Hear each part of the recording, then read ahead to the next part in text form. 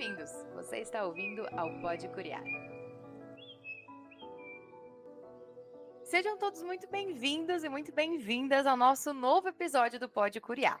Depois da gente falar sobre alfabetização e letramento lá no último episódio, hoje a gente vai trazer para a discussão um tema essencial para as práticas pedagógicas que visam um desenvolvimento holístico, integral dos alunos, que é a interdisciplinaridade e como podemos integrar o desenvolvimento das habilidades e competências das diferentes disciplinas.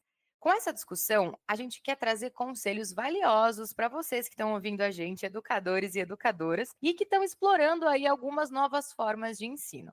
Hoje, então, aqui no nosso papo, a gente vai discutir um pouquinho sobre a interdisciplinaridade, como ela pode ser trabalhada de maneira concreta na sala de aula e como ela pode beneficiar também tanto o engajamento dos alunos quanto o desenvolvimento de habilidades nesses estudantes. E além disso, a gente ainda vai explorar um pouquinho também sobre o papel da tecnologia como facilitadora, tanto da interdisciplinaridade quanto do desenvolvimento das habilidades e competências. Estão prontos para começar? Então vamos nessa! Para esse episódio, eu vou chamar os nossos convidados aqui e hoje a gente vai receber a Nídia, que é professora há 12 anos da Rede Pública do Estado de São Paulo. Ela é formada em 6 graduações, 4 especializações e vai conseguir trazer para a gente um olhar muito holístico sobre interdisciplinaridade e esses projetos todos. E a gente vai receber também o Jonas, que é pedagogo, professor das séries iniciais do ensino fundamental em São Luís, no Maranhão. Ele é mestre em educação e doutorando no ensino de ciências. Nídia, Jonas, sejam muito bem-vindos. E agora eu vou abrir a palavra para vocês se apresentarem. Então vamos começar com o Jonas, por favor. Jonas, seja bem-vindo. Obrigado, Adriana. Eu sou o Edson Jonas, mas no meio educacional sou conhecido como Jonas. Sou formado em pedagogia. Cheguei nessa área pesquisando mesmo, sem saber muito o que eu ia fazer da vida, mas sempre entendendo que a escola era um espaço muito próximo, né? Eu passei a vida toda sempre muito ativo nas atividades da escola. Sempre pensando na escola nesse movimento, né? A escola como esse movimento que mobiliza estudantes, professores, a comunidade. Quando eu ingressei no curso de pedagogia, eu também levei isso para a minha prática, né? Inclusive a ideia de trazer muitos e variados elementos para dentro da rotina da sala de aula. Então, eu estou há 15 anos, quase 15, né? Fazendo 15 anos já de educação básica, tenho muito orgulho disso.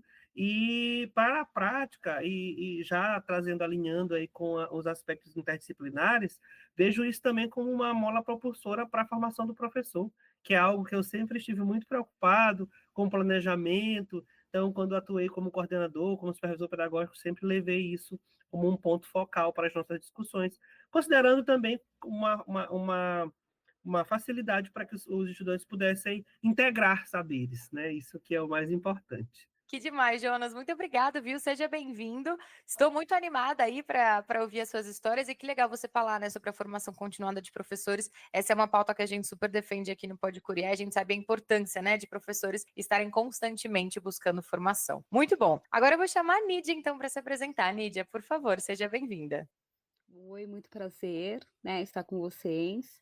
A educação faz parte sempre da minha vida, sempre fez parte, né, na realidade, mas, eu vejo a necessidade, né, por isso que eu optei por essa profissão, além de ser um chamado, pode-se dizer, uma vocação, né, como a gente fala, porque ser professor não é para qualquer um, né, porque a gente vê que é uma vocação acima de tudo, de aprender, de ensinar, paciência, e essa profissão desde criança, né, eu sempre quis, né, sempre, busquei, era para ser mais cedo, na realidade, mas acabei casando cedo, sendo mãe cedo também, né, isso acabou adiando um pouquinho, mas com os meus filhos eu acabei, passando para eles, né, as informações, tentando formar cidadãos realmente, ensinando em casa, né, sempre instigando,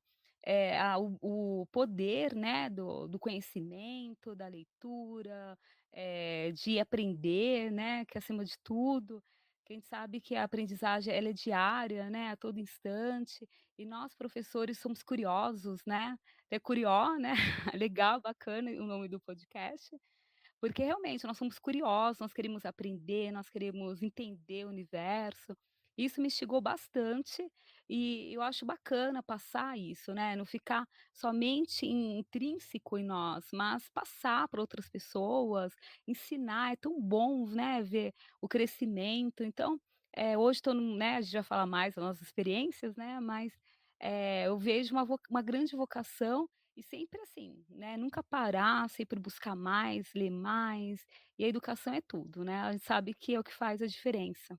Com certeza, Nidia, é muito transformadora, né? Acho que é uma das profissões, né, que tem um potencial, né, de impactar muitas vidas. Então, daí também o tamanho da nossa responsabilidade, né, enquanto educadores, com certeza. Gente, muito bom ter vocês aqui hoje, né? Então, estamos representados aí por São Paulo e Maranhão, bom demais. E para a gente começar, eu quero que esse episódio, né, ele seja bem prático mesmo, para que a gente consiga, né, trazer bastante inspiração para os nossos professores e professoras. Mas antes eu queria dar um passinho atrás e para ouvir vocês. Então, quando a gente está falando sobre interdisciplinaridade, sobre o que exatamente a gente está falando? Então, por exemplo, pensando num professor que está ali na sala de aula e que nunca ouviu esse termo, ou que nunca usou nenhuma prática nesse sentido, como que a gente pode explicar o que é interdisciplinaridade que a gente vai abordar um pouquinho mais hoje? A gente sabe que a interdisciplinaridade, né, é a união de todas as disciplinas, né, é um conhecimento mais holístico, é um conhecimento não fragmentado como nós somos acostumados. Então hoje, né, a gente sabe que essa fragmentação ocorreu já no Renascimento científico, né, a partir do século XVI aproximadamente, mas essa visão de conhecer o mundo todo, já veio remonta lá para Platão, Aristóteles, né, que já estudavam a ética, política. Então não havia essa fragmentação, não havia essa separação de disciplinas. E a interdisciplinaridade é isso, né, você poder, unir os conhecimentos, é você poder estudar de uma forma completa, né, é você não deixar que o conhecimento seja, partido, na realidade, porque um completa o outro. E na filosofia, né, eu também sou formada em filosofia, então a gente vê que o conhecimento ele começa, né, com a curiosidade, sempre, né, quando a gente ouve os filósofos, entende os filósofos, então a partir da curiosidade.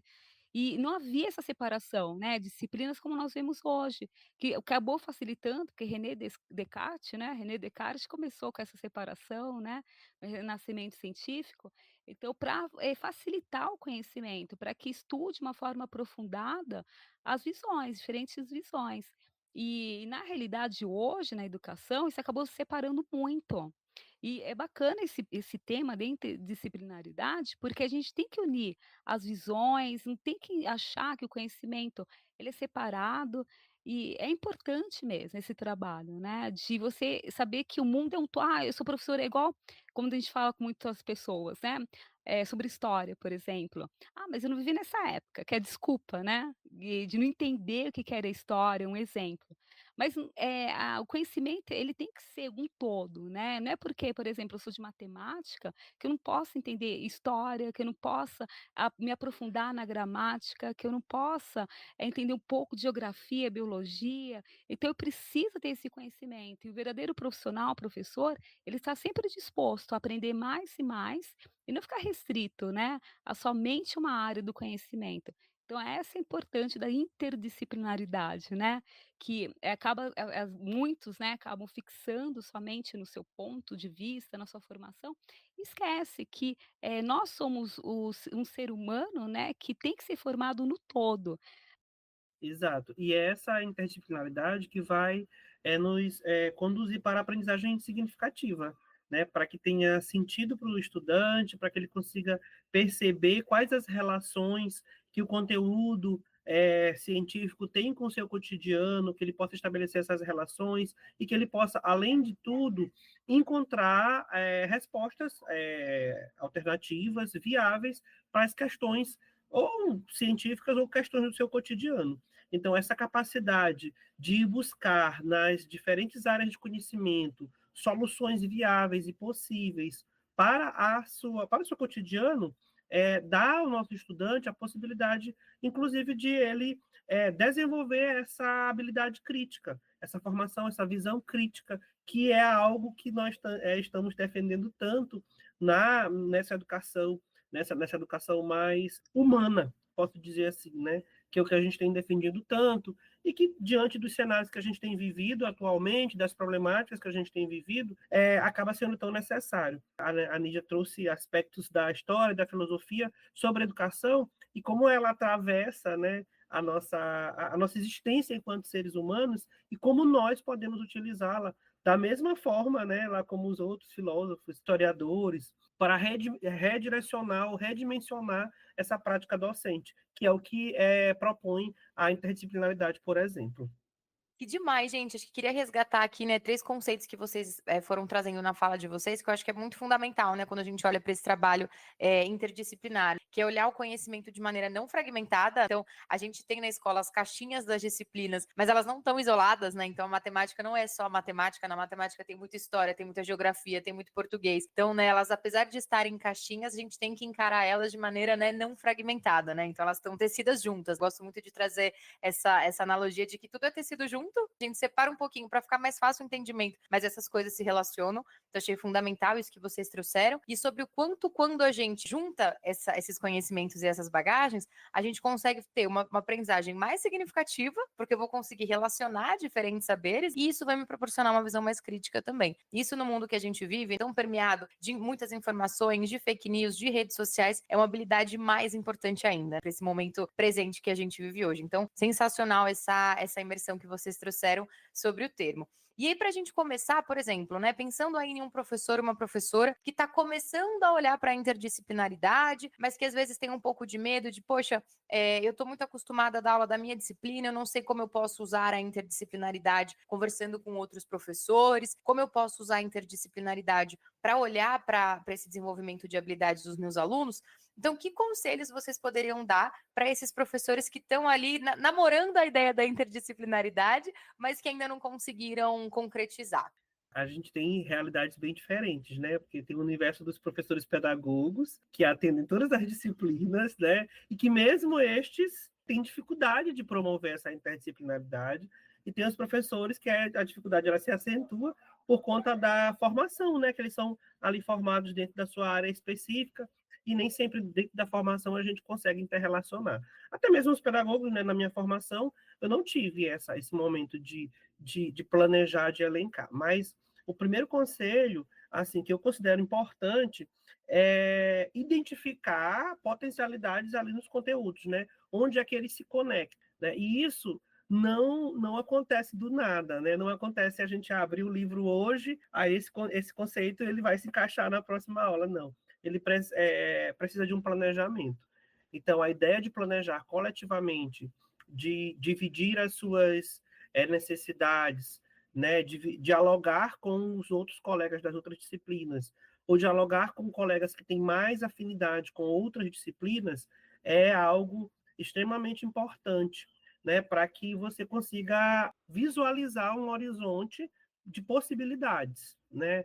Porque se você pesquisar na internet, você vai achar muita coisa pronta para que você pode utilizar que dá para você juntar, por exemplo. Mas não é efetiva, não costuma ser efetivamente uma interdisciplinaridade, porque não conecta o estudante com esses múltiplos saberes.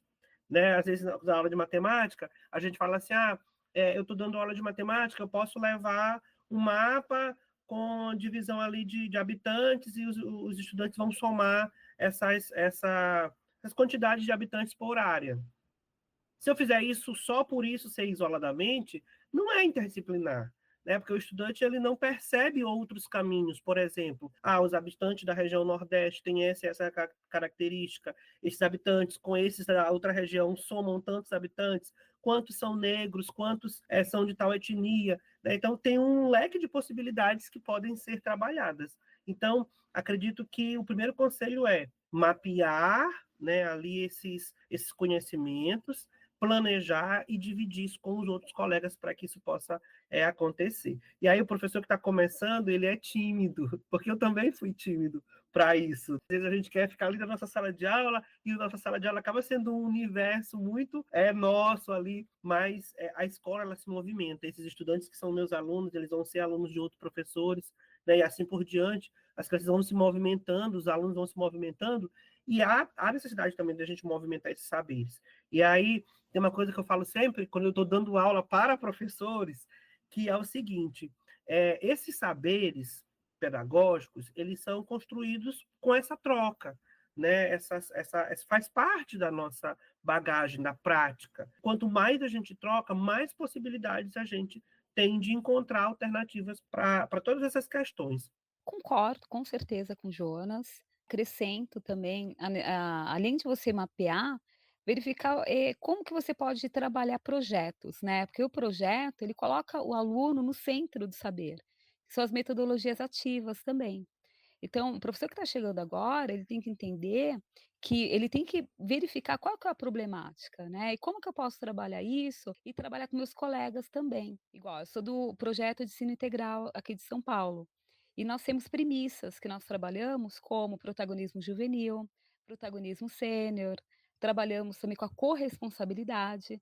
Então é necessário nós fazermos diversos projetos para podermos, solucionar diversos, né, diversas dificuldades no âmbito escolar. Igual esse ano eu trabalhei com bullying, a relação do bullying. E como que eu pude, trabalhar, todas as disciplinas, né, alguns professores que puderam, todas assim não digo, que é muito geral, né, mas alguns professores que puderam participar desse projeto, então como que eu pude trabalhar, né, a questão o local, né, onde ocorre mais bullying, né, na escola, o que que é o bullying de fato, vamos ver o fato histórico, né, vamos colocar filmes, vamos colocar arte aí, cartazes, vamos colocar música, né, que fala, contra, né, a questão do bullying, falando sobre empatia, eu já entro com projetos de vida que acabou sendo uma disciplina aqui no estado de São Paulo, que é justamente para trabalhar essa questão da empatia, né, como que eu posso tratar o outro, né, de que forma eu vou tratar o outro da forma que eu quero ser tratado. Então, num projeto só, olha quantas disciplinas eu posso englobar, né. Então, posso colocar um tema, o bullying, ou agora sobre a consciência negra, então eu vou trabalhar, quais foram as personalidades negras, né, que lutaram em favor da abolição. Eu posso incluir aí várias regiões, a parte de geografia, então eu posso incluir história, geografia, porque quais regiões foram formados os quilombos, onde houve mais manifestações, abolicionistas no Brasil, por exemplo. Eu posso incluir matemática com os dados, as planilhas, né, como que é a questão do negro hoje, o racismo, qual a faixa, qual a região onde, ocorre mais discriminações, né, como que a questão do emprego também, economia, contratação de negros no mercado de trabalho, como é que tá, né. Então já posso incluir a economia e também educação financeira.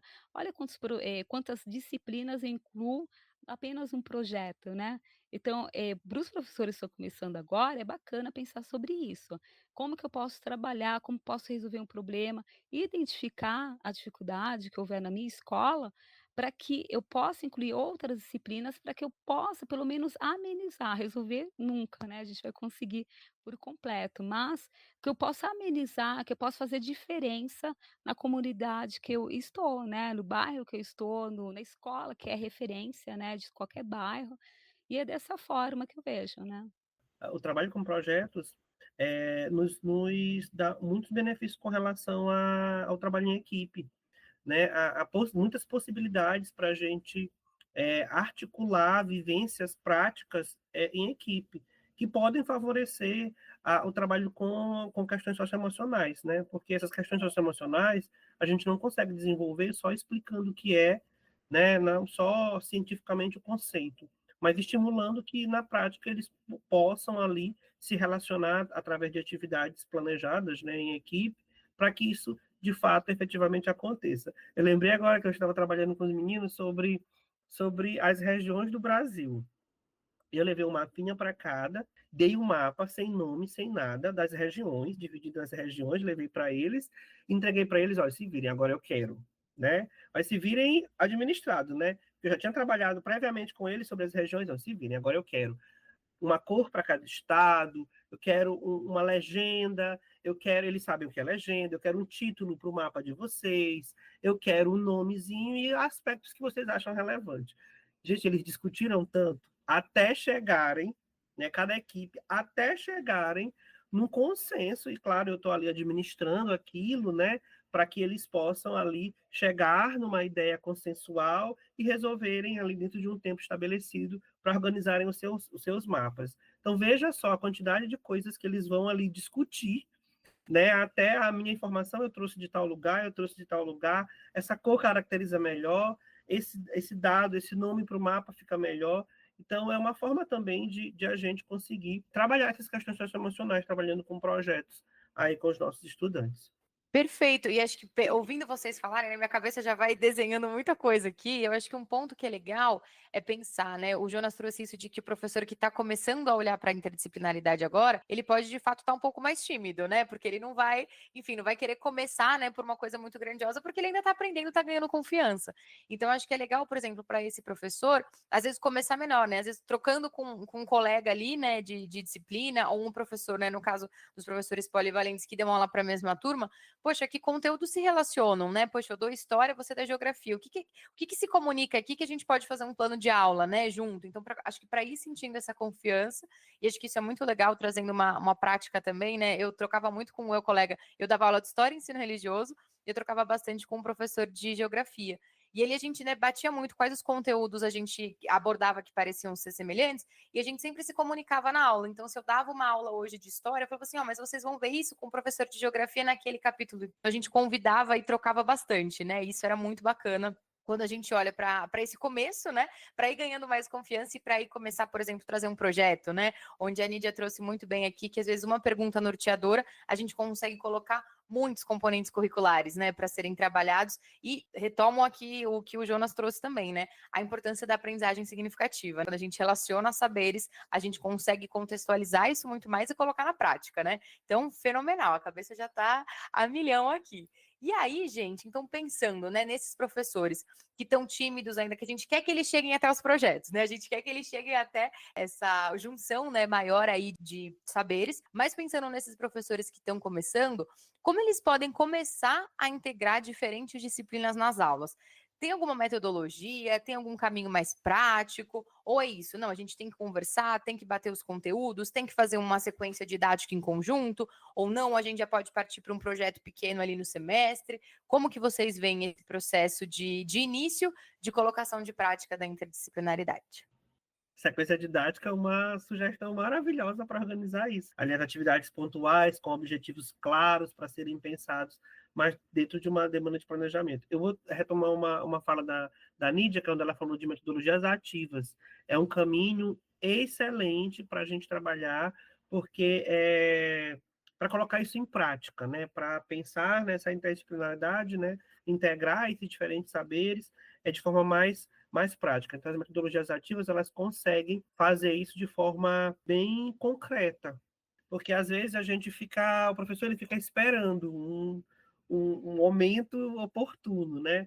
E se a gente não criar esse momento oportuno, a gente não vai conseguir, de fato, fazer isso, né? Porque a rotina do professor ela é bem pesada, muita coisa para fazer, muita coisa para dar conta. Além da rotina da sala de aula, tem questões de planejamento de aula, preenchimento de frequência, nota, prova, tudo isso está dentro desse universo, né? Então, se a gente não consegue enxergar dentro do nosso cronograma, do calendário, dentro da nossa organização, a hora que você vai fazer isso, então você acaba não conseguindo fazer. E as metodologias ativas, como elas acontecem de forma...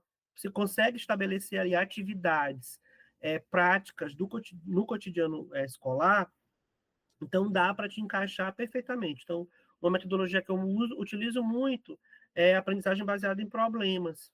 Né? Eu tenho um conceito, um problema-chave que pode ir buscar nas diferentes disciplinas, nas diferentes áreas de conhecimento, a resposta-chave para aquele conceito, para aquela pergunta que está sendo feita. Ou que os estudantes podem ali elaborar um problema. Ou mesmo eu posso, na sala de aula invertida, utilizar ali diferentes fontes de pesquisa para que esses alunos vão acessar e trazer para a sala de aula no outro momento. Então, eles estudam anteriormente diferentes ali aspectos, fontes de pesquisa que eu dei para que eles estudem, e aqui na sala de aula eu já integro todas essas fontes e faço ali um apanhado geral com aquele conhecimento, com aquela informação, com aquele conteúdo que eu quero fazer. Isso aí eu pensando na minha sala de aula eu sozinho, né? Só eu e meus alunos, né? Só eu e meus estudantes. Mas agora de forma geral, né? Quando eu estou pensando num projeto mais abrangente, né? Então, a aprendizagem baseada em projeto é algo extremamente relevante que pode nos dar condições de abarcar as outras disciplinas, e sempre com atividades que as sequências didáticas podem nos favorecer, né? Atividades pontuais e com objetivos muito claros para serem alcançados. Trazer o exemplo da consciência negra. Então, dentro de língua portuguesa, articulado com matemática, qual a atividade que nós vamos fazer, né? E já planejar e deixar bem organizada essa atividade para que ela aconteça. A culminância dessas atividades todas vai ser uma atividade artística, vai ser uma exposição, onde a gente vai apresentar dados concretos, a gente vai trazer artistas, a gente vai trazer a música, a gente vai trazer outras fontes de inspiração que os alunos poderão trazer. E aí isso mobiliza também todos os professores para que a atividade ela aconteça. Então, metodologias ativas, para mim, é um caminho muito viável para que isso aconteça.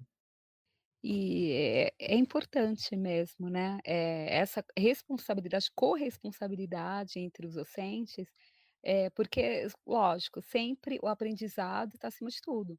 E realmente, as metodologias, elas fazem toda a diferença, né, principalmente a ativa, onde coloca o aluno como centro do aprendizado, e eu uso muito a gamificação, né, quando a gente entrou nisso, aí eu gosto de usar muito quiz, né, eles amam, Kahoot, faço quiz, assim, na TV, uso Plickers também, que é uma ferramenta muito bacana, com QR Code. Então, assim, tudo que envolve a competitividade, né, participação deles, o querer aprender mais em relação a isso, porque a competição ela traz essa rivalidade, né, um pouco, mas aí, por consequência, traz essa aprendizagem, então é muito importante. Então, o professor que está chegando, né, hoje, nesse momento, ele vai infelizmente, vai se deparar com diversos problemas, né, desafios, como indisciplina, como, famílias desestruturadas, né, vários problemas, assim, psicológicos até. E ele tem que estar muito firme, né, ele tem que ter realmente um planejamento muito bom, preparar bem a sua aula, estudar muito, né. Hoje aqui no estado de São Paulo, nós temos os materiais didáticos, né, assim, os materiais digitais na realidade, que são fornecidos pela Seduc, e a partir dali nós elaboramos nossas atividades, nossas aulas, né, são todas assim, totalmente, sistematizada mesmo, sabe. E eles trazem nesse material metodologias ativas, como rotação por estação, bem bacana, tudo prontinho já. Trazem, atividades de memorização, né, montar e criar, materiais, de memorização, né, cartas, fora jogos, isso assim, tá muito bacana, está facilitando muito a nossa vida. Que legal, pensando que a gente está, acho que educando, né, os nossos estudantes, os nossos alunos, para viver num mundo mais complexo, né, a gente precisava trazer, né, metodologias que não são tão novas assim, né, quando a gente olha para metodologias ativas, elas não são de agora, muitos educadores já falavam delas há muito tempo atrás, mas acho que é super importante, de fato, a gente começar a colocar agora em prática, né, então tenho visto um movimento muito crescente mesmo, de um uso maior, né, de metodologias ativas, e isso tem ajudado muito a preparar para esse mundo mais complexo, né, e fragmentado que a gente tem hoje, então acho que é um ótimo ponto isso que vocês estão trazendo mesmo. E aí, pensando, né, nessa lógica ainda de implantação de uma interdisciplinaridade, eu queria ver aqui com vocês, né, que desafios vocês acham que são os maiores que os educadores e as educadoras podem vir a enfrentar quando olhando para essa implementação de projetos interdisciplinares. Então, quais os maiores desafios, né, que podem surgir no começo e como a gente pode superar esses desafios, né? Então, seja, por exemplo, às vezes um professor que fala, poxa, mas eu vou fazer um projeto ou uma atividade com um ou dois professores, né, ou diferentes componentes curriculares, e aí como que vai ficar a correção disso, né? Dos três professores corrigem, fazem três trabalhos diferentes, ou poxa, eu não sei por onde eu começo a planejar. Então, que primeiras dificuldades iniciais podem aparecer, como a gente pode ajudar esses educadores a passar por cima disso e conseguir colocar na prática a interdisciplinaridade? Bom, eu vou pegar o exemplo da pandemia. Quando teve a pandemia, todos os professores nos reunimos e fizemos um Google Formulário, né. Então a gente pegou o tema central, né, verificamos que cada um estava estudando, naquele bimestre, né, naquelas aulas, e buscamos integrar tudo isso. E calhou, por exemplo, de estarmos estudando a Idade Média. Então, aí na Idade Média, por exemplo, a gente pôde unir a questão da peste negra, né, então aí a gente inclui a biologia, né, a parte aí de ciências, por como que pega a peste negra, que doença é essa, a gente inclui a parte histórica, né, todo o contexto da Idade Média, incluímos também, a parte de matemática, porque mais de 50% da população europeia morreu por conta dessa doença, qual que era a população ali nesse instante, a parte de arte também, né, toda a música gregoriana, a parte aí da arte sacra em geral, né, como que era a característica do 2D, que era uma arte diferente, né, a arte gótica, a arquitetura gótica da Idade Média, como que era a questão aí, econômica também, que tipo de trabalho que era. Então, assim, a gente se uniu e conseguimos fazer no Google Formulário questões, né, com vídeo, com explicações para entregarmos para esses alunos na pandemia. Então foi bem bacana, porque o próprio Google Formulário já, se auto, né, corrige, facilitou para todo mundo, e a gente pôde unir todas as visões, né, de disciplinas ali apenas num tema, né, que foi a Idade Média. Então eu vi nesse sentido que foi bem bacana, né. Agora, como a gente está, né, no presencial, todo mundo está junto, é questão de aproveitar mesmo os ATPCs, né, as reuniões, para discutir. E, assim, quem tem que intermediar muito isso, ter essa visão, é o próprio coordenador. Então, verificar qual que é a disciplina que está sendo trabalhada naquele momento, né, no caso, qual o tema, né, que pode ser geral, para que a gente trabalhe mesmo, ou faz um simulado, né, cada um conta da sua forma, né, e baseado aí naquilo que é a sua formação, e dá para fazer um simulado, né, uma prova grande ou apresentações, cartazes, então dá para, de alguma forma, compartilhar esse conhecimento, né, que os alunos vão adquirindo conforme, os professores trabalhem, né, um tema específico. Então, como eu falei, hoje no estado de São Paulo está muito mais fácil por conta desses materiais prontos. Então, eu creio que, o desafio, eu creio que é mais a falta de planejamento. Então, se houver um bom planejamento, se aproveitar essas reuniões em que todos os professores estão juntos, se a coordenação ela tiver essa visão aí de interdisciplinaridade, não ficar apenas o burocrático, né, eu creio que dá para superar esses desafios, né, mas no geral seria isso mesmo, o planejamento. É isso, a disponibilidade também de querer integrar é um item que é um desafio, né? Porque nem sempre a gente consegue, né, ali fazer com que todos, principalmente aqueles que já estão há mais tempo, né, que já têm ali um certo tempo de carreira, que também cansados também de toda essa burocracia da rotina da sala de aula, então acaba sendo um problema. Mas assim, ter em mente a clareza dessa necessidade, né? Então, ter uma coordenação que sensibilize o conjunto de professores para a necessidade disso é extremamente relevante, né? Eu lembro agora, nós tivemos muitos problemas pós-pandemia, principalmente as escolas de anos iniciais, educação infantil, esse contato com a criança que a gente não conseguia nas aulas remotas, né? Então, muitos problemas de alfabetização. E aí, esse ano na escola, tentando superar esse problema de alfabetização, a nossa diretora sentou assim com o olhar assim que dava assim, não, agora a gente vai pegar o touro com os dentes, né? Sentou com a gente, mobilizou, conversou, gente, a gente precisa, nós não podemos levar esses estudantes para a série seguinte sem saber ler, né, com essa dificuldade de leitura, não só pela questão das avaliações externas, né, internas, mas pela questão mesmo humana deles, né, de estudante, eles precisam aprender a ler, escrever o nome. E aí a gente parou um mês, todo mundo sentou, planejou, organizou, o professor trocou de sala. Então, né, o professor que tinha mais habilidade com a alfabetização foi para a sala do outro, pegou o aluno do outro. Então, quando a gente consegue se mobilizar, né, para que isso aconteça, quando essa é uma necessidade geral, isso fica mais fácil de lidar. Então, a gente consegue já superar a metade das barreiras. E aí a outra é a questão do próprio planejamento mesmo. Há necessidade de a gente planejar, né? A necessidade de a gente integrar e pensar exatamente onde essas atividades elas serão feitas e quando, como, de quem é a responsabilidade, quem vai fazer isso, quem vai fazer aquilo outro, né? Tudo isso precisa ser planejado para que a atividade ela aconteça e não fique pesada, né? Ah, só eu vou corrigir, e o fulano vai fazer o quê? Né? Como é que vai ficar? Também tem isso, né? Porque a gente está todo mundo sobrecarregado de atividades para serem feitas. Então, quando isso é bem planejado e cada parte desse todo consegue entender o que, que vai fazer, como vai fazer, pensando no estudante como peça central disso tudo, aí o negócio consegue funcionar bem, né?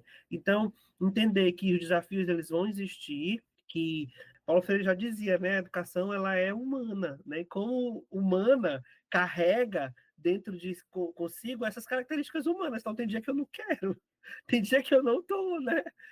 Como ser humano, né? Tem dia que a gente não está disponível para fazer atividade. Então, considerando que essa barreira humana ela precisa ser enfrentada, aí depois a gente consegue alcançar sim. Perfeito, Jonas. Como a Nídia trouxe lá no começo, né? Escola é movimento, né? E o movimento circula, né? Então, alunos, pessoas, emoções, sentimentos, né? Tem dia que a gente vai planejar e dá tudo certo, tem dia que a gente vai ter que planejar e vai ter que replanejar e sentar com a coordenação e pedir essa ajuda, né? Acho que educação e professores, né? Esse movimento tem que tá constante mesmo, né? A gente tem que estar sempre olhando para a nossa prática e vendo pontos de melhoria mesmo. Perfeito.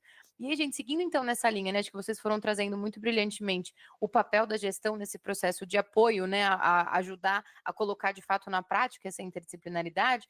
Então, eu queria esmiuçar com vocês um pouquinho mais isso, né? Então, como esses gestores escolares, eles podem apoiar os professores nessa implementação de projetos, aulas mais interdisciplinaridades. Vocês já foram trazendo aqui, né? Então, por exemplo, a gestão pode ser responsável por levantar temáticas, né, que podem permear diferentes conhecimentos para a gente levar para um projeto, por exemplo. Então, acho que isso é legal, como a Nídia trouxe ali da época da pandemia. Ou a gestão pode mediar desafios. Então, assim, entendendo que estamos lidando com esse desafio que as nossas crianças não estão alfabetizadas. Como a gente pode, enquanto corpo docente, olhar para essa problemática e melhorar.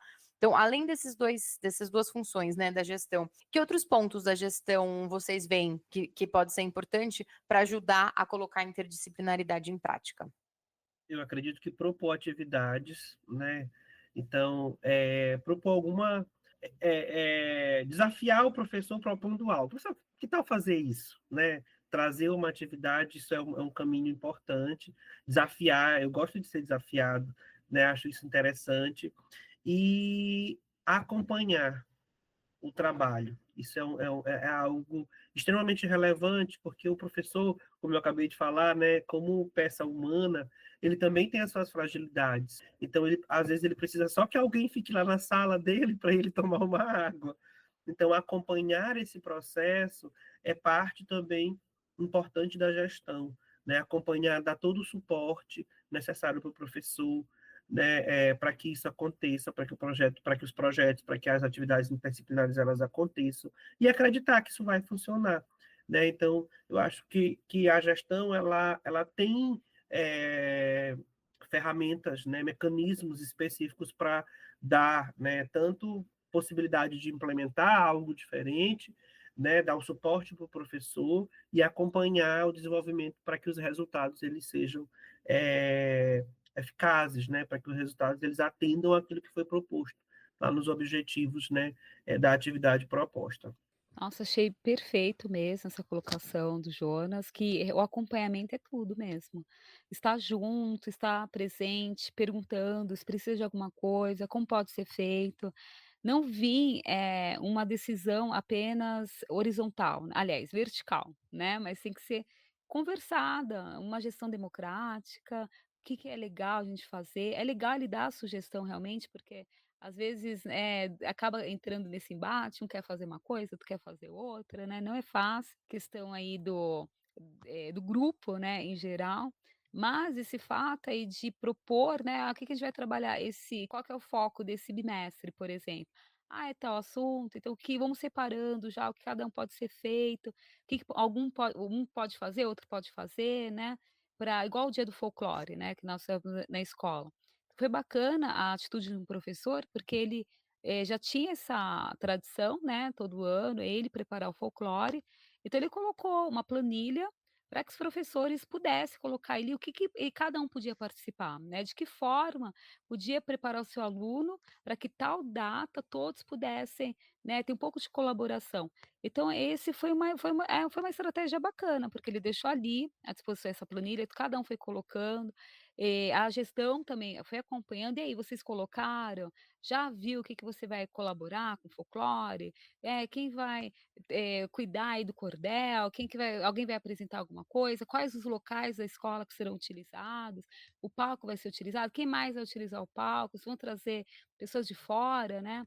Foi até a congada lá, que é uma tradição aqui, né, porque eu tô em Mogi, né, Mogi das Cruzes, né, e aqui em Mogi tem essa tradição da congada, né, que é folclórica, então já levaram também o pessoal da escola de samba, então já houve uma movimentação capoeira, né, tem um capoeirista, assim, bem famoso aqui na cidade, que então ele acabou levando a turma dele, né, mostrando essa parte da capoeira que como folclore também aqui, né, uma tradição aí que os negros deixaram, né, aqui para o Brasil. Então, isso que foi bacana, o acompanhamento, tem uma ferramenta, né, para que os professores tenham essa liberdade também, porque tudo aquilo que é imposto, né, assim, muito agradável, né. Então, havendo essa conversa, acho que, resumindo tudo, é a comunicação. Então, havendo essa comunicação assertiva, havendo, essa possibilidade que todos trabalhem, se sintam importantes, porque o professor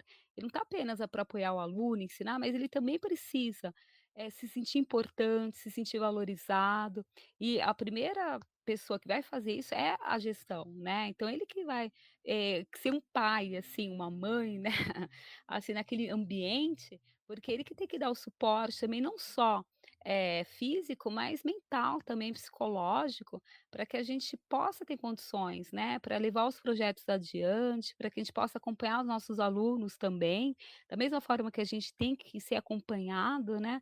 Então a figura da gestão em geral é essencial, né, é primordial.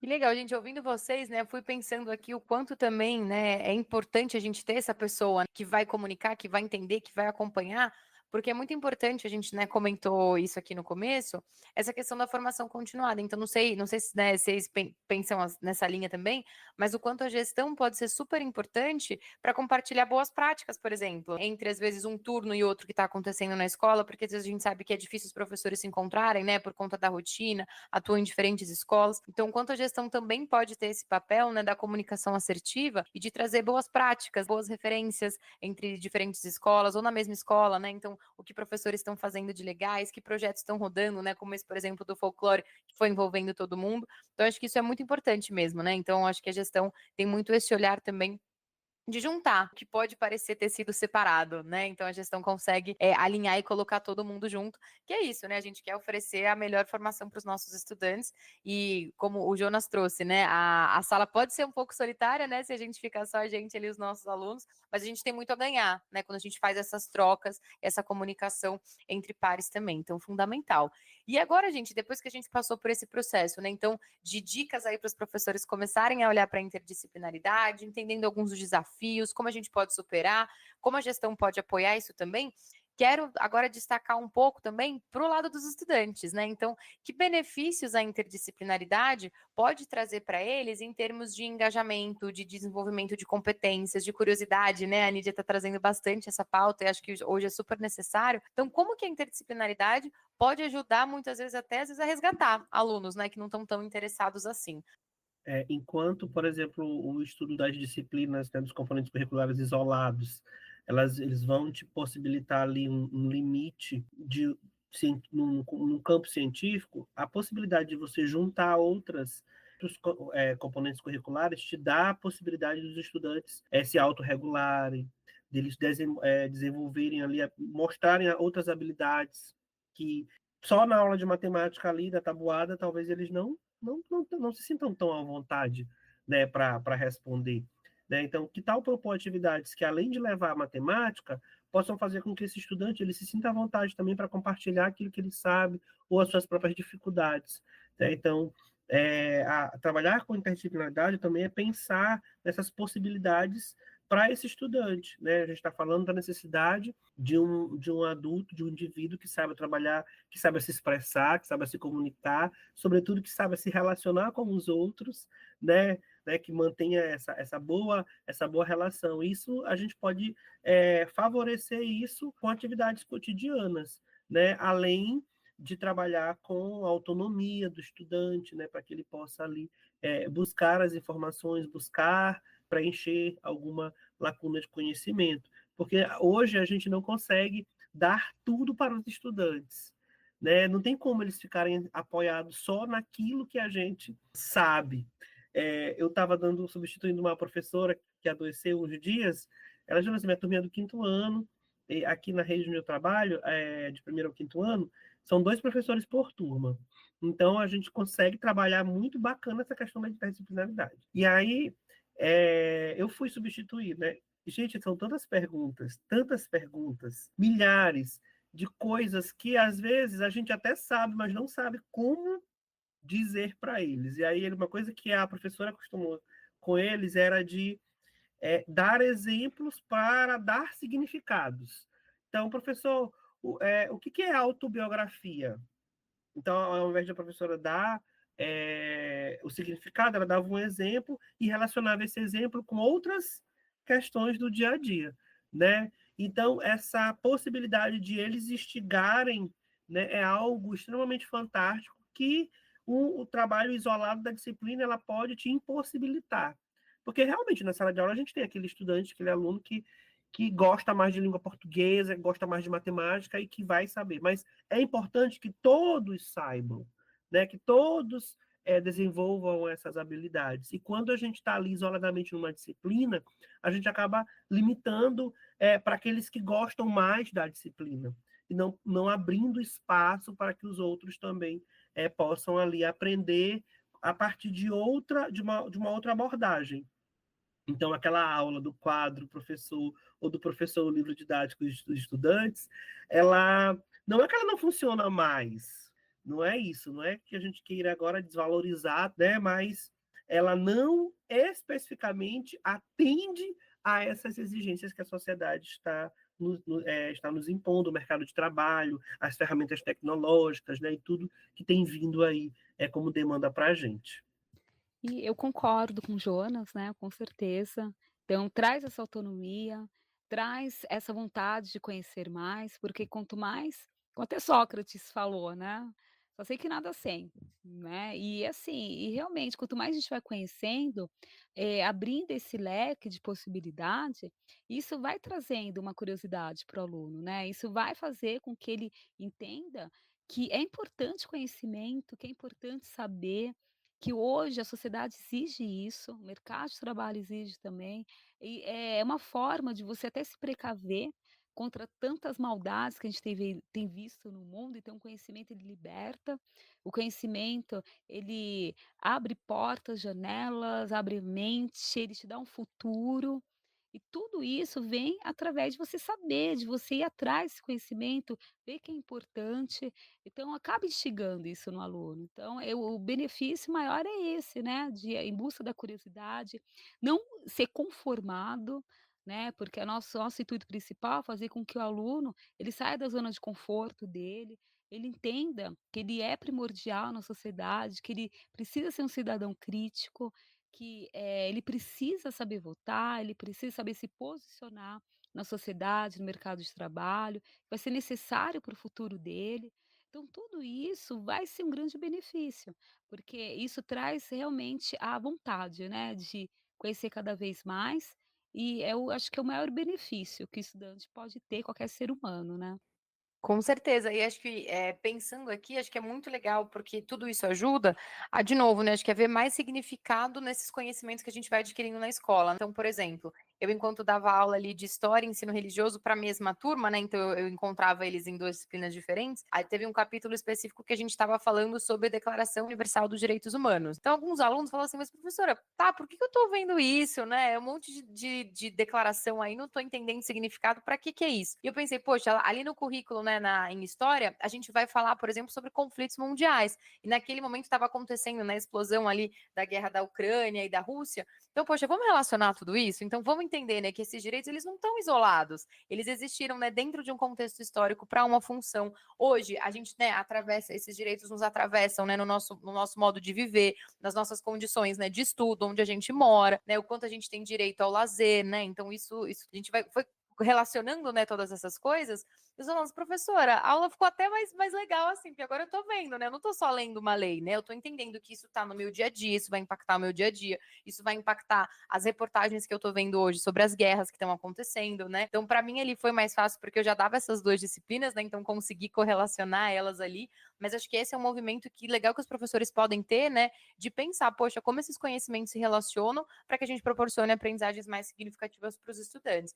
Por exemplo, matemática, né? Eu não ia bem em matemática, sofria. Mas, na época da tabuada ali, nossa, foi complicado para mim. Mas, poxa, se eu fosse entender que a tabuada impacta para, por exemplo, né, quanto eu vou parcelar uma compra e o quanto isso impacta ali a gente no final do mês, os juros, então, o quanto isso também vai afetar, por exemplo, você indo numa conta num restaurante, né, tem a taxa de serviço. Então, e não é só a tabuada pela tabuada, né? Como a gente aplica tudo isso e essas habilidades que a gente vai desenvolvendo. Então, acho que é super importante também. E aí, então, pensando ainda, né, nessas habilidades dos estudantes, como a gente consegue trabalhar as habilidades socioemocionais de maneira integrada a essas diferentes disciplinas, né? Então, já fui trazendo um pouquinho aqui de história, matemática, mas como a gente pode ter essa visão mais ampla para esse desenvolvimento dessas habilidades que são cobradas hoje, né, no mercado de trabalho, nesse mundo que a gente está, nos diferentes componentes curriculares. Eu acredito que propor situações, problemas que incentivem ali o desenvolvimento dessas questões socioemocionais, né? A gente não consegue fazer isso sem ser de maneira intencional, até porque só explicar a importância do trabalho em equipe, né? A importância do respeito, a importância da colaboração, a importância de ouvir o outro, só falar, né, ajuda, claro, mas não é tão significativo do que propor as situações para que elas aconteçam. Então, a minha sala de aula era muito barulhenta, né? Os meus alunos são muito barulhentos, eu sou muito barulhento. É a forma como a gente se encontrou para se entender. Então, às vezes, a diretora abre a porta da escola e a gente está ali numa discussão, né, bem acentuada. Não, porque eu acho isso, não, porque na minha deu isso, deu isso. Deu isso. Na verdade, a gente está ali exercitando o nosso direito de fala e a capacidade por exemplo, eu aceitar a resposta do outro, ouvir a resposta do outro. E o professor, ele tem um papel importantíssimo nisso, porque ele vai intermediar esse conflito. Então, eu lembro da a última aula de ciências, trabalhando sobre misturas, e muitas perguntas, e tinha sempre um colega um aluno levantava a mão, né? E aí eu cortando assim, né? Não cortando diretamente, mas dando a voz para o outro, para que se criasse uma situação conflitante. Por quê? Porque eu já tinha visto na hora do intervalo, por diversas vezes, eles conflitando ali sobre a vez do outro, né? E aí eu fui trabalhar. Não, a gente tem que trabalhar. E não adianta a gente brigar com eles. Não, porque você tem que dar o lugar para o outro. É importante fazer com que ele sinta o que o outro sente quando ele não deixa o outro fazer. Então, eles são crianças de 9 anos, então está muito à flor da pele, né? Pela idade. Então, e ali agora você vai falar, professor, por que o senhor não deixou hora nenhuma que eu falasse? Por que não foi a minha vez de falar? Isso incomodou e doeu, mas foi proposital para que eles entendessem como é que isso também se estabelece na rotina, no cotidiano.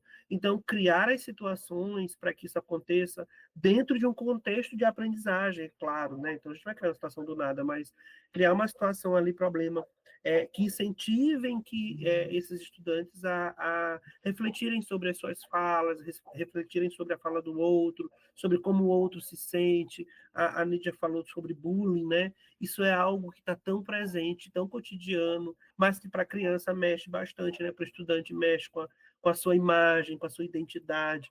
Isso é importante que a gente proporcione esses momentos para que eles possam ali ou discutir ou pensar sobre essas questões socioemocionais. É bacana realmente trabalhar isso, porque a gente vê a dificuldade de sala de aula do relacionamento. Nas férias, questão da formação continuada do professor, eu estava lendo como é influenciar pessoas, né, do Dale Carnegie, e assim, eu falei: "Poxa, preciso influenciar mais meus alunos, né, de que forma?". E aí eu percebi, né, até coloquei algumas coisas em prática, que o elogio faz toda a diferença, né. Então, pra que ele possa cuidar do outro, ele precisa sentir, automotivado também, ele precisa estar bem, porque só o aluno, que está com problema, ou sofre agressão, ou tem várias dificuldades, então ele vai jogar isso no outro. Então a gente precisa trabalhar nele, a autoestima acima de tudo, né, para que ele possa cuidar do outro, abrir essa reflexão e para que isso aconteça, ele precisa estar bem. E o papel do professor nesse momento é crucial, porque ele precisa saber incentivar na hora certa, ele precisa abraçar na hora certa, né, trazer a ele aliás, toda a sala, esse ambiente agradável.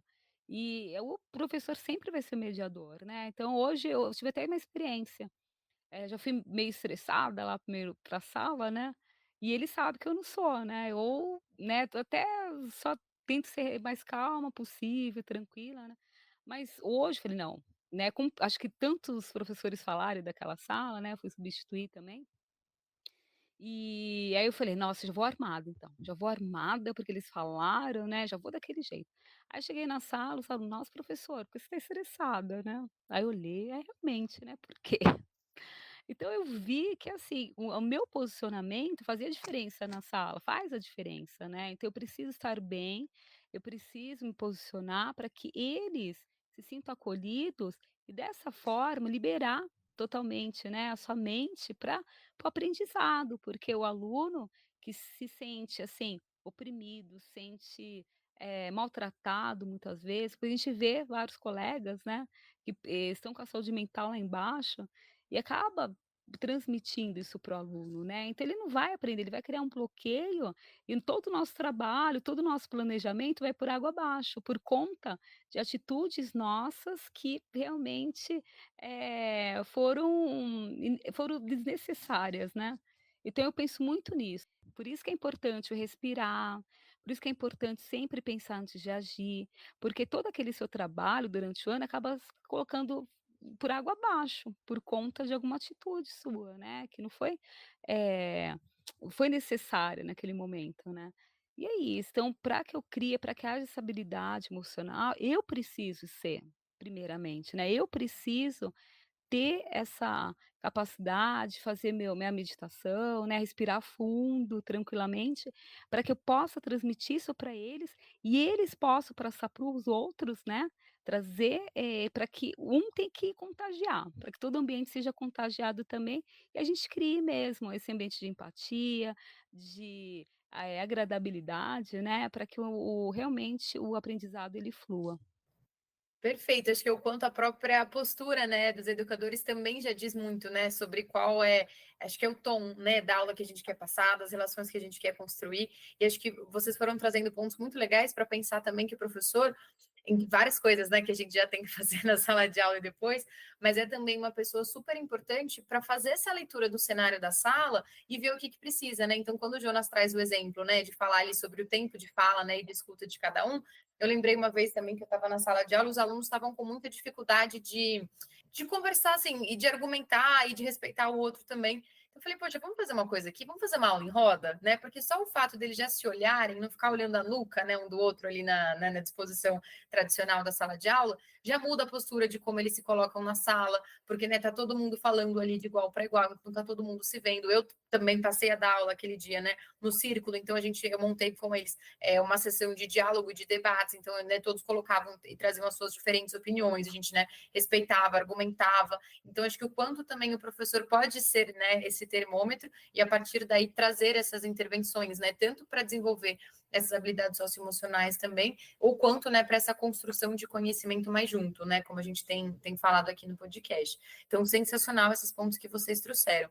E agora, gente, já pensando muito aqui, né, no nosso encerramento, acho que um ponto, né, que ficou pendente, a gente não conseguiu detalhar muito, mas eu acho importante a gente trazer aqui, ainda mais pensando, né, nesse momento de tecnologia que a gente está, agora, né, com a proibição dos celulares na sala de aula, então acho que é um novo olhar agora, né, para isso também, mas queria ouvir de vocês, como que esse uso da tecnologia pode facilitar, né, tanto esse trabalho com a interdisciplinaridade, que a gente tem falado aqui, né, seja de projetos, de sequências didáticas, e também o trabalho com habilidades socioemocionais. Como que a tecnologia entra aí?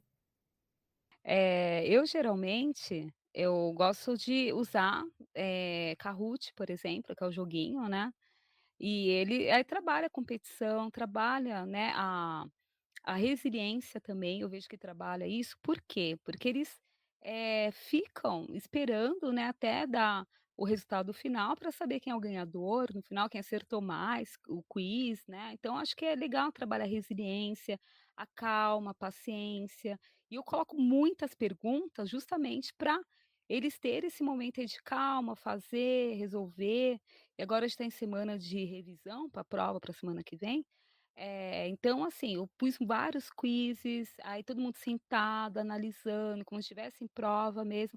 Então eu busco trabalhar essa calma neles, essa, resiliência, essa, perseverança, né, perseverar naquilo que é o proposto, que isso vai servir muito para a vida deles, né, tudo tem que ser à base de perseverança. Então, eu acho que o uso, eu vejo, assim, no estado de São Paulo, por exemplo, tem ferramentas, né, por mais que não vai ter o celular, a gente tem tablets, nós temos notebooks que foram disponibilizados, então dá para eles continuarem trabalhando com as tecnologias na hora certa, mas, com jogos, né, na questão da resiliência, eu uso também o Padlet, que é uma ferramenta muito bacana, onde, todos acabam, contribuindo com algum conhecimento ali, todos os professores podem contribuir. Isso também foi muito usado na época da pandemia, porque ali os professores, colocavam, os seus conteúdos, né, os alunos tinham uma visão geral de todas as matérias que eles iam estudar, então foi bem bacana e eu uso também, como nós temos uma disciplina não, temos uma parte nesse programa programa integral, então o Padlet, eu coloco ali a foto de cada aluno, porque nós temos nossos tutorados, né, aqueles que a gente acompanha, as notas, acompanhamos, a sua vida acadêmica em geral, até a vida, o seu projeto de vida, né.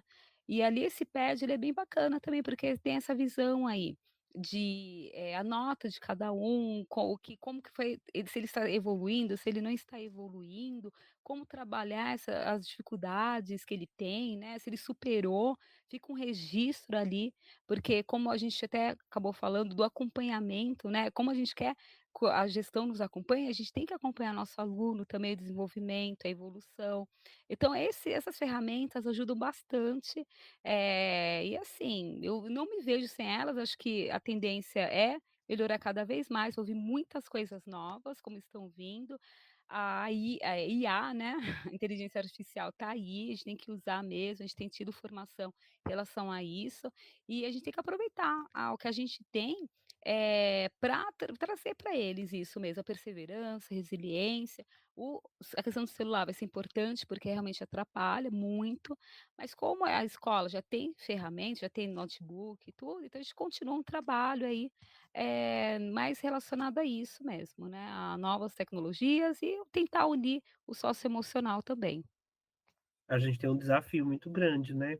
É unir uma clientela que está vivendo o boom das mídias sociais, das redes sociais, né? E que não foi educada para utilizar. Acho que a proibição do celular é muito mais para tentar diminuir os transtornos que a gente vem tendo com relação. Embora eu acho que seja extremamente relevante a gente ter suporte tecnológico para as nossas atividades. Então, por exemplo, é muito mais fácil você produzir coisas no campo tecnológico, divulgar isso em YouTube, fazer vídeo com os alunos, né? É muito mais, até mais agradável para eles, muito mais motivador para eles do que um cartaz, por exemplo, para que eles possam desenhar, né? Não instiga tanto sociedade que é tão tecnológica, né? Que está tão tecnológica. Então, a tecnologia, ela não é a principal, né? Mas é uma ferramenta que auxilia muito, principalmente nessa dimensão da interdisciplinaridade e mais ainda pensando nas questões socioemocionais, né? Porque a gente pode utilizar, inclusive, a tecnologia para educar esses estudantes sobre como viver nessa comunidade digital, né? Eu lembro que tinha uma professora, quando eu era coordenador pedagógico, que ela trabalhava com postagens responsáveis no Instagram. Era muito bacana. E aí, o que ela fazia? Criou o Instagram da sala, de língua portuguesa. Criou o Instagram da sala, os alunos faziam postagens relacionadas às aulas, tinham ali um desenho, então ela fazia a relação com a disciplina de arte, né, ou um recorte de figura, ou um vídeo, algo do tipo, e eles espalhavam pela escola os QR Codezinho com a postagem para que os outros pudessem. E aí, no final, quem tivesse mais curtidas, né, ganhava. Né? Então, mobilizava muita coisa ali. Né? Então, muito bacana essa atividade. Né? Não é só o conteúdo de língua portuguesa especificamente, né? Então, trabalhar com alunos que estão ali saindo do ensino fundamental dos anos finais, né, do 9º ano, para o ensino médio, né, que é uma realidade que não há muito essa transição. E a gente também não educa eles sobre essa perspectiva de como eles se veem nesse mundo digital. Né? Então, é uma ferramenta excelente, principalmente quando a gente está pensando nesse estudante em formação global, porque a gente falou aqui, né, bastante, né? Não estou formando o estudante só para saber somar, diminuir, subtrair ou produzir um texto. Eu estou formando um estudante que, sobretudo, ele vai se enxergar na sociedade, vai saber qual é o seu papel, o que ele deve ou não fazer, o que deve ou não, ou de que forma correta ele pode pensar para melhorar essa sociedade. Então, pensando nisso, as ferramentas tecnológicas elas nos auxiliam muito, muito mesmo. Gente, que demais. Acho que falas muito potentes aqui para a gente encerrar o nosso episódio de hoje. E quando a gente chega nesse momento de encerramento, a gente chega no Fala Curioso. E hoje eu vou deixar uma pergunta aqui que vocês podem responder. Ou com uma frase, né? Uma palavra, uma frase curta. Como que a gente pode inspirar os nossos alunos e nossas alunas a verem mais conexão entre o conhecimento e suas vidas de forma significativa? Pensando em tudo que a gente trouxe aqui no nosso papo. Professores, o exemplo é um caminho muito, muito, muito real. Então, se os alunos percebem que eu consigo fazer relações com o cotidiano e com o conhecimento, eles provavelmente vão olhar e enxergar isso de forma mais concreta. Então, de tudo, cheguem com exemplos claros do teu dia a dia, do nosso dia a dia de leitura do mundo, né, de como está relacionado com o nosso cotidiano, e com certeza os alunos vão se engajar assim aí para esse mundo mais conectado. Bom, a automotivação. Então, se eles enxergarem que eu estou motivada, que é importante, é bacana, então sempre mostrar de uma forma atrativa, né? E aquilo que eu estou gostando, eu vou contagiar. Então, a automotivação é muito importante, minha formação, é aquilo que eu busco para que a minha aula melhore cada vez mais, para que eu possa instigar no meu aluno a vontade em querer conhecer a conhecimento de forma holístico, né, bem mais amplo. Então eu instigar a partir da minha motivação, que é o amor à aprendizagem, né, igual a palavra filosofia, amor ao conhecimento, né, então dessa forma eu tenho certeza que eu vou conseguir alcançá-los, né. Não todos, infelizmente, mas alguns eu vou conseguir deixar, um pouquinho de motivação, né, essa é a palavra. Que demais, gente. Quero agradecer demais ao Jonas e a Nídia que estiveram com a gente hoje aqui ao longo desse super papo. Acho que a gente conseguiu passar, né, desde o conceito da interdisciplinaridade, como que a gente pode colocar na prática, quais são os desafios e como a gente, né, contorna eles, como a gestão pode ajudar, como a gente consegue desenvolver essas habilidades socioemocionais também, né, seja nesses projetos, seja na aula, seja a nível, né, de visão total da escola. E terminamos aqui pensando, né, em como a tecnologia também pode ser uma aliada tanto para ajudar, né, nessa otimização de planejamento, como também do engajamento dos alunos. E a gente terminou de uma maneira muito bonita aí sobre motivação, né? Tanto, né, uma automotivação da gente para conseguir passar esse exemplo para os nossos estudantes e o quanto isso faz toda a diferença, né? Então, Jonas e Nídia, muito obrigada por estarem com a gente aqui hoje. Abro o microfone para vocês se despedirem e darem um tchauzinho final aí para quem está ouvindo a gente. Tchau, pessoal, obrigada. Espero que a gente possa ter compartilhado um pouquinho do nosso conhecimento, não é muito, né, a gente está buscando também, né, todo dia um crescimento, mas espero que nós, venhamos ter contribuído aí com vocês, viu. Um abraço. Oi, gente, muito obrigado aí pela atenção de vocês. É um prazer estar aqui dividindo um pouquinho do que a gente já aprendeu, mas está buscando aí para aprender mais com vocês e que esse universo que é interdisciplinar possa aí possibilitar, né, esse papo possa possibilitar insights valiosos aí para vocês. Obrigado. Que demais! Então, assim, a gente encerra o nosso episódio número 21 do Pode Curiar. Muito obrigada, Nídia, Jonas e vocês que nos ouviram até aqui. Até o próximo episódio.